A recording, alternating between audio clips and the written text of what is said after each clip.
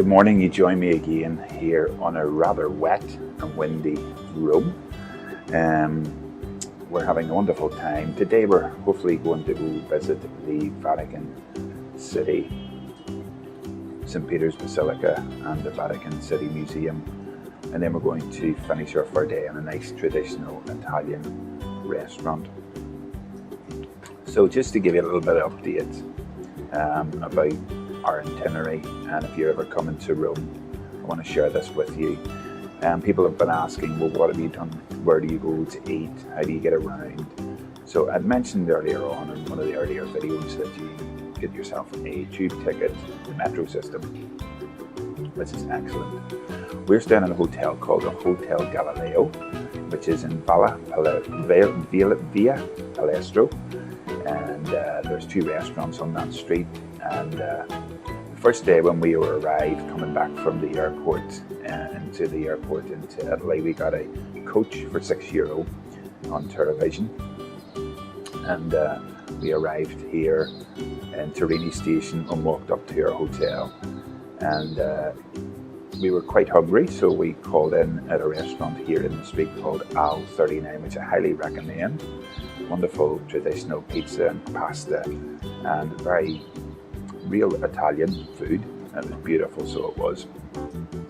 And then in the evening, we trying to figure out what we were doing. We went down to see the Colosseum just outside and had a walk around that at night time, and then decided to go back to Turini station, and we got a McDonald's. Just like everywhere else, McDonald's is everywhere. Something very simple. The second day was quite a bit full-on day, and we went to visit the Colosseum and the Roman Forum, and I would suggest that you do those things together because it is really extremely busy. And we used the Roma Pass where you can skip the queue. I'll let you know what I think about that when I go home, whether it was worth it or not worth it, but so far it's been pretty good. So we were able to skip the long queues at the Roman Colosseum because of the Roma Pass, and you can actually walk past a load of people who are queuing and go to the special area where you can actually get entrance into the Colosseum. And it was spectacular in itself. It was a wonderful place to see. And then we came out of there and had some lunch, and we just went to the metro station at Colosso. And how you get to Colosso is you go to the metro station just around the corner from the hotel called the Castro Praterio. I think that's how you, Praterio or something like that, Casa Praterio. And basically you come out of your hotel, you take a right, you go to the end of the street, you take a left, come up to the end of that street, take a left, and the metro station's there. You follow the line for Laurentina, and you just get off at Colosso. And that's how you get to the Colosseum and the Roman Forum, because they're directly beside each other. And then when you're returning, you go on the Ravenna line, coming back to that as well. So it's really good. Highly recommend that. So that's where we had our lunch. We just went to one of the wee metro stations, got a slice of pizza for €5. It was beautiful. Then we came back to our hotel. We were absolutely shattered and wrecked. And we decided to go for something to eat. And we went to Inca Chicken, which is just directly across the street from here. And it's Peruvian, and it was amazing. So it was very, very different compared to typical Italian food here. And I highly recommend Inca Chicken. Not the cheapest of places these, but very, very good food. So after a little rest, my wife and myself went down to see the Trevi Fountain. Again, extremely busy. Rome is really, really busy here at the moment. So we took a little trip down to there and basically used the red line for that, and you get it off at Barini station. You go to Turini. You first of all go to Turini from Villa Praterio, Casta Praterio station, and then you get on the red line, which is underground even further, and you get off at Barini. And you take a left all the way down to the bottom of the street to the traffic lights, and then take a left and then a sharp right, and just follow that street, and then you come up to another little street and you take a left, and then it's basically another right, and you see the crowds of people heading towards the Trevi Fountain. So my wife and myself went there, and we got back again on the tube again, and went back to Torini station, changed the tube, and again come up to the metro station up here, as I mentioned before.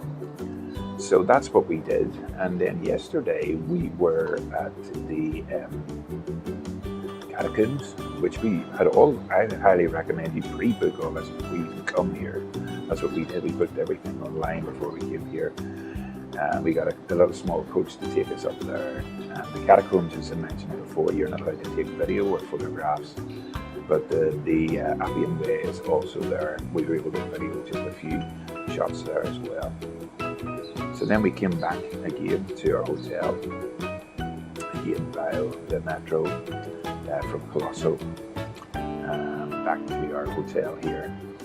And we just got lunch from a small supermarket called PAL, I think it is. And we just got bread and some ham and just made some sandwiches. There's another supermarket just around the corner, and that's just around the corner also, you'll see that.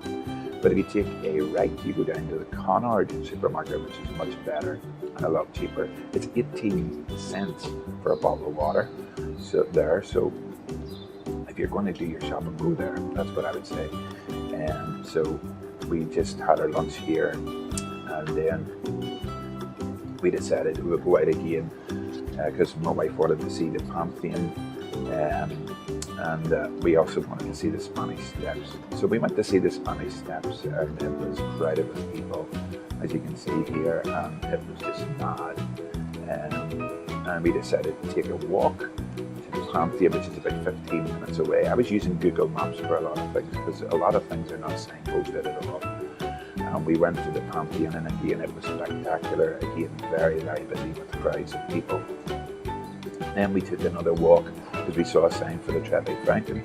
We decided to go back towards the Trevi Fountain and then go to our tube station again after that to the Brini, back to Torini, and then we decided to walk back up to the hotel, and we decided, well, we're too tired, so we'll do much more. We'll do nothing more for the rest of the day. So we just got takeout pizza at Radicchio and Pomodoro.